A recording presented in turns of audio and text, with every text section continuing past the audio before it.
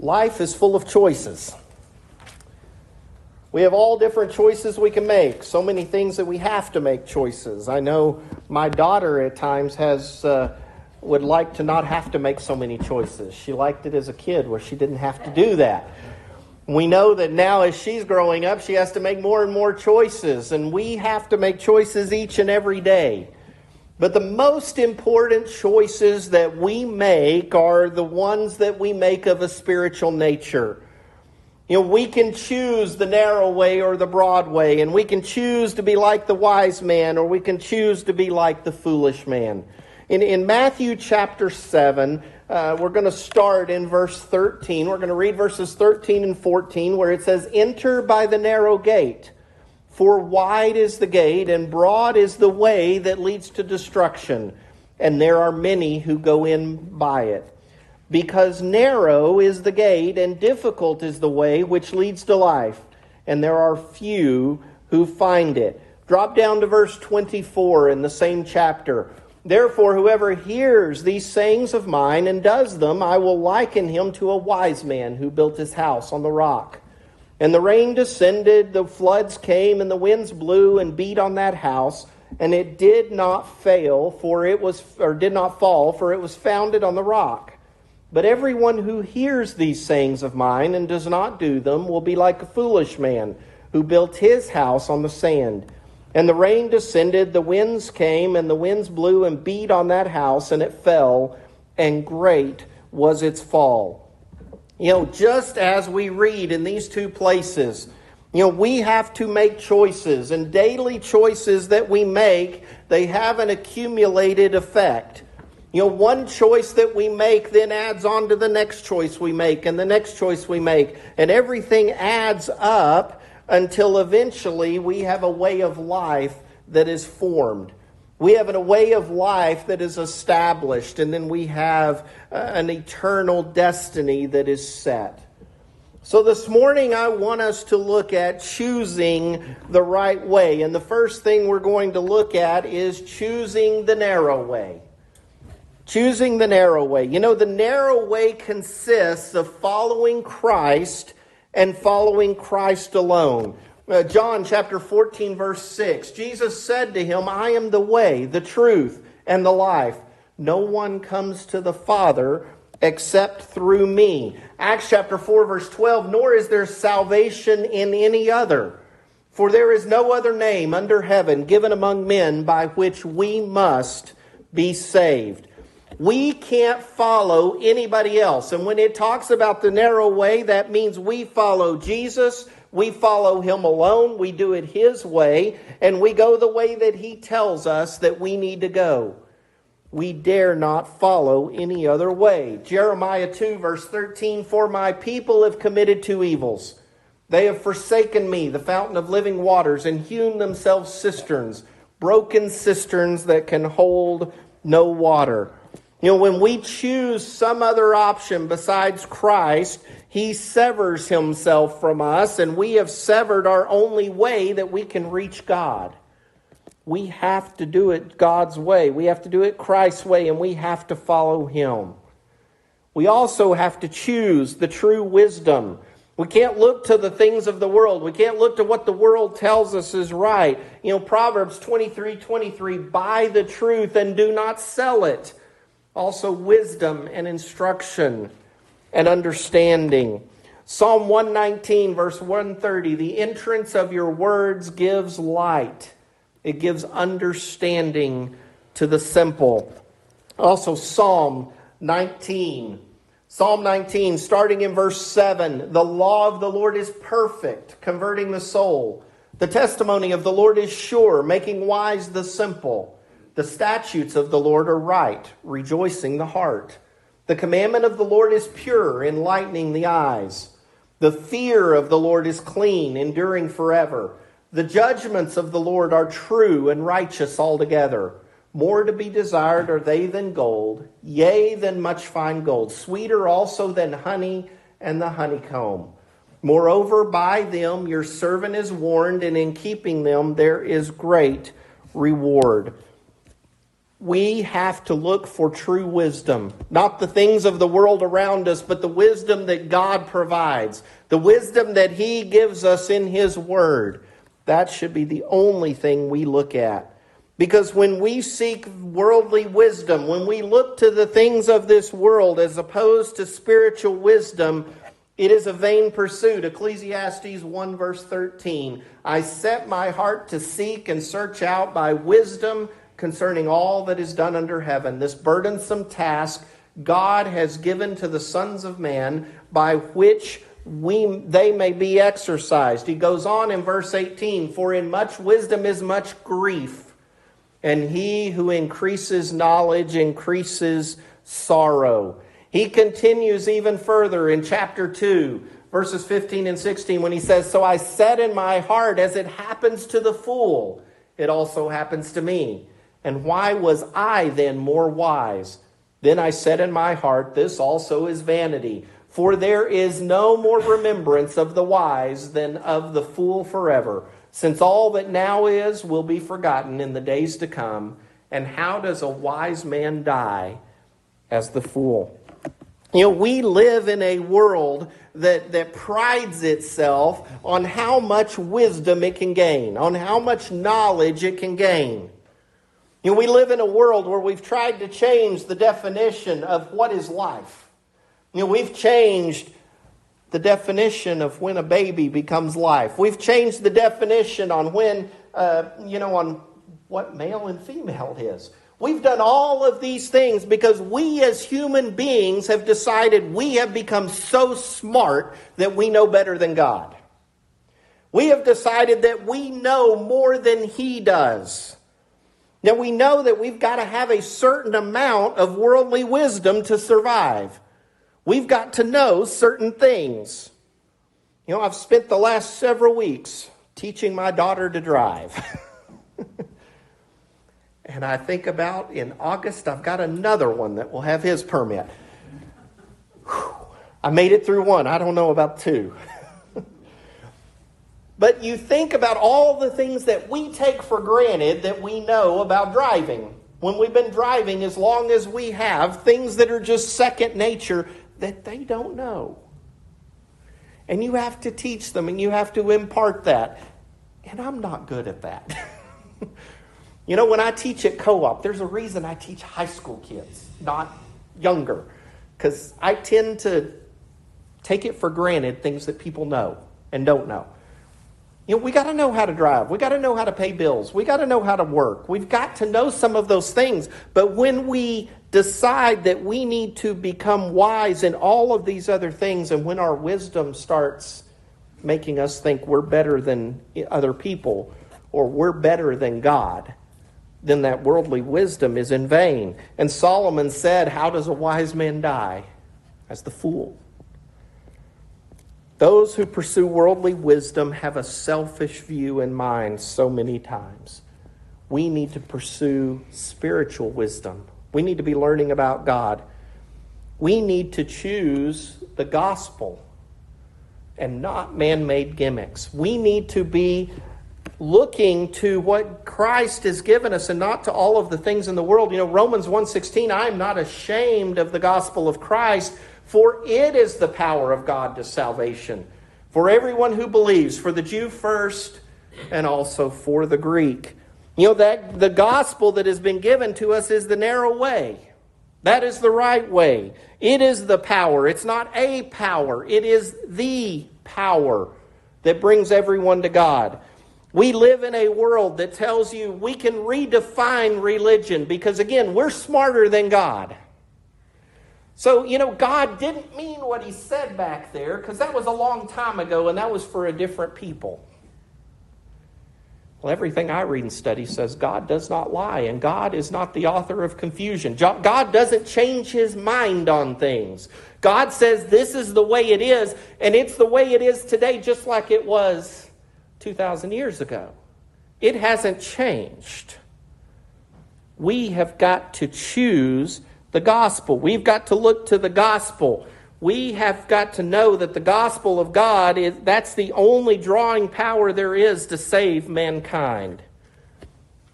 We need when we teach and we preach, we need to preach the gospel, not a bunch of fluff. We need the Lord's church as is revealed in the New Testament, and not things that are built by man. In the New Testament, we had local congregations that had a certain work, a certain way of worshiping, and we have to pattern ourselves after the things that God ordained for His church. We need to choose God's family values, not the way of common man. We know that God's way promotes marriage. Proverbs 18:22, he who finds a wife does a good thing. 1 Timothy 5:14, therefore I desire that the younger widows marry, bear children. God gave us a way of doing things. God said, this is the way I want you to work, and it works. We've got to make sure that we are doing it God's way. Modern man has changed the way that things work. Modern man has changed how things should be. They've changed the definitions. We need to go back to God's way. There was a gentleman, this is the picture of him, Glenn Wolfe. He died in Los Angeles at the age of 88. Behind him are his 29 wives. Over this man's life, he's listed in the Guinness Book of World Records.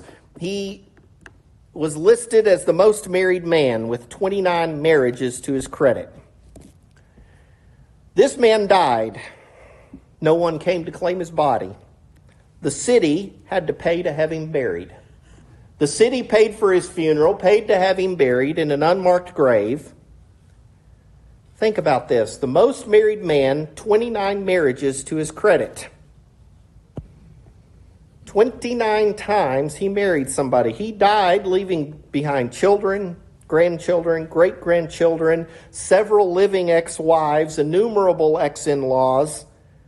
Yet he died alone with nobody to bury his body. Mr. Wolfe is an example of how people spend their lives. They drift in and out of marriages. They drift in and out of sin. They drift in and out of relationships, and they only end up finding themselves isolated and alone. We live in a world that tells us commitment is something we don't need. They tell us I can be committed as long as it's convenient for me, and I'm not talking just marriage. It's in anything. Anything that we do, well, just do it as long as it feels right. What does that end up making us? It ends up making us people that are alone. What does God tell us to do? God gives us a plan. He gives us a plan for happiness. He tells us this is the way to live. This is the way to do things. This is the way to worship me. And if we follow His plan, that narrow way, life is much, much easier. So we need to follow that narrow way. Number two, we need to choose to be a wise person. We need to choose to be a wise person. Matthew chapter 7, verse 24 tells us, whoever hears these sayings of mine and does them, I will liken him to a wise man. How do we become wise? Though we hear what Christ tells us, we do them, we put them to use in our lives, and then that is when we become wise. We have to make a response to what Jesus taught. President Lyndon Johnson had a favorite Bible verse, and he would often recite it. It's the first part of Isaiah chapter 1 and verse 18, where it says, "Come now and let us reason together." He used this all the time, and he would quote it to people all of the time. He thought, and he would tell them, that if anyone would come and sit down and talk to him on a one-on-one basis and reason with him, that he could sway them to his position. He was using this passage as though it encouraged men to reason together. However, the reasoning together in the passage is men with God, not men with men. He was taking the passage out of context to put it into use for what he wanted it to be. Well, let's look at the entire passage, and we look at this in Isaiah 1, verse 18. Come now and let us reason together, says the Lord. Though your sins are like scarlet, they shall be as white as snow. Though they are red like crimson, they shall be as wool. If you are willing and obedient, you shall eat the good of the land. But if you refuse and rebel, you shall be devoured by the sword, for the mouth of the Lord has spoken. The context here is talking about a people that were extremely sinful. It's talking about people who were not living the way God wanted them to. And you go back to the first of chapter 1, and it says, a last sinful nation, a people laden with iniquity, a brood of evildoers, children who are corrupters. They have forsaken the Lord. They have provoked to anger the Holy One of Israel. They have turned away backward. Why should you be stricken again? You will revolt more and more. The whole head is sick and the whole heart faints. From the sole of the foot even to the head, there is no soundness in it, but wounds and bruises and putrefying sores. They have not been closed or bound up or soothed with ointment. Goes on down in verse 21 after the passage we just read, how the faithful city has become a harlot. It was full of justice, righteousness lodged in it, but now murderers. Your silver has become dross, your wine mixed with water. Your princes are rebellious and companions of thieves. Everyone loves bribes and follows after rewards. They do not defend the fatherless, nor does the cause of the widow come before them. The passage is not indicating they were to reason with God in the sense of changing his terms of forgiveness. The reasoning together was man coming to God, listening to God, letting God tell them what they needed to do to be forgiven. God is saying, come and open up your hearts and listen to what I am telling you. That is what that verse is saying. It carries with it the need for sinful man to come and to return to God. He wants his fallen children to return. Consider what he says to them in this passage in verse 18 and 19. The word scarlet literally means a double-dipped cloth.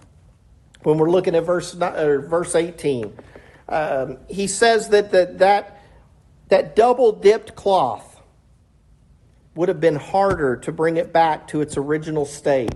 And remember, in that day and age, they would have to take that cloth that was white or gray or brown and dip it and dye it. And if you dyed it twice, it would stay that color. And crimson was the deepest, darkest color of red that was known to ancient man. Snow and wool are used because of the pure white.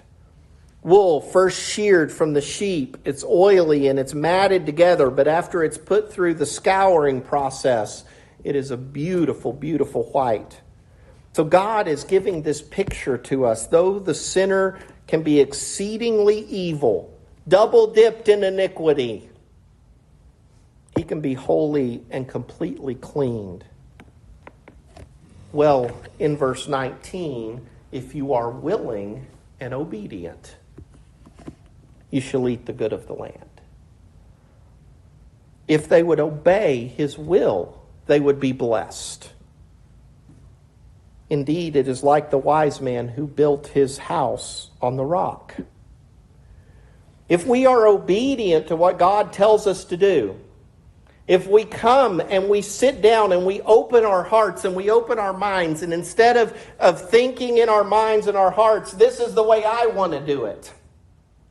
If we open our hearts and our minds and we listen to God and we listen to what he's telling us and we understand this is his way and we do it his way, that is the coming together to reason, and that is the wise man. That is how we become wise spiritually. If we refuse to obey, we are punished. Just like the collapse of the foolish man's house. And it says, what a great fall it was. There are lots and lots of religious people around us. Probably each and every one of us knows a whole lot of good people. We know a lot of good people that think they're religious. We have a lot of good people that think they're doing what God wants. The problem is they're not doing it His way. They've decided, well, I have this talent, so I'm going to give it to God. Well, does God want that talent used in that way? If He doesn't say so, He doesn't. He's told us how He wants us to worship. He's told us how He wants us to live. Well, God, I feel good in my heart, and I'm a good person, and I'm a righteous person, and I care about other people. So I'm going to be okay. But I've still got that sin in my life. Well, God will overlook that because I'm a good person. It's not what God tells us. God says, look to Him. Do it His way. Just like there's a broad way and a narrow way, there's lots of people that think they're going to heaven. And it says few will get there. There are lots of people that think they are wise, but their house is going to collapse when all of the wind and the waves and everything hit it. Our day-to-day choices are important.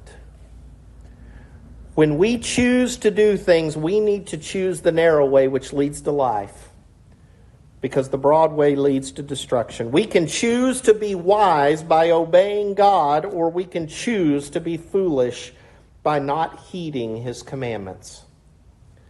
John chapter 1, starting in verse 10, says, He was in the world, and the world was made through Him, and the world did not know Him. He came to His own, and His own did not receive Him. But as many as received Him, to them He gave the right to become children of God, to those who believe in His name, who were born not of blood, nor of the will of the flesh, nor of the will of man, but of God.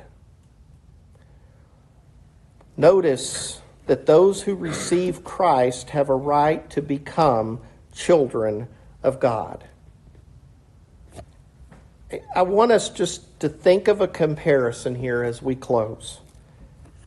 In the state of Texas, I was talking about teaching my daughter driving. The state grants someone, when they turn the age of 16, the right to become a licensed driver. Now, just turning 16 doesn't automatically give them the privilege of driving. You have to take book work. And the state requires that book work to be a certain length of time. So if you happen to read fast, you get to sit on a page for an hour and hit refresh while you're waiting on your time to elapse. Because they say you got to go a certain amount of time. You've got to sit behind the wheel with a parent or guardian or somebody in the front seat with you and drive a certain amount of hours. And you've got to pass a written exam. And then you've got to go and you've got to pass a driving exam. And then guess what? You got to pay a fee. And we got to pay a fee every so many years to keep that privilege of being able to drive. And I got to pay a fee for my car every year to let my car be on the road. I've got to have it inspected. I've got to do certain things. Just as a person who turns 16 has a right to become a licensed driver, the person who receives Jesus has a right to become a child of God. But it's not automatic. Just as one who wishes to become a licensed driver has to meet certain conditions, the one who receives the Lord has to meet those same type of things. They have to meet certain conditions to become a child of God. Being a Christian is not something that's just given to us. It's not something that's automatic. It's not something that God has bestowed to everyone. He's given the opportunity to everyone. But He said, these are the things you got to do. You've got to follow certain commands to become a child of God. And then you've got to live a life that I tell you you need to live. His commands are not burdensome. But they are things that we can do. But we have to live a certain way and we have to do certain things or else we will not be with Him in heaven. What type of Christian are we? Are we the person that is baptized and just goes through life. We look just like everybody around us. We live the life of the world around us. We do everything everybody else does. Nobody really would know we were any different. Or are we a child of God living the life that God has told us to live the way He has told us to live it? If there's anything we can do for you this morning, please come as we stand and sing.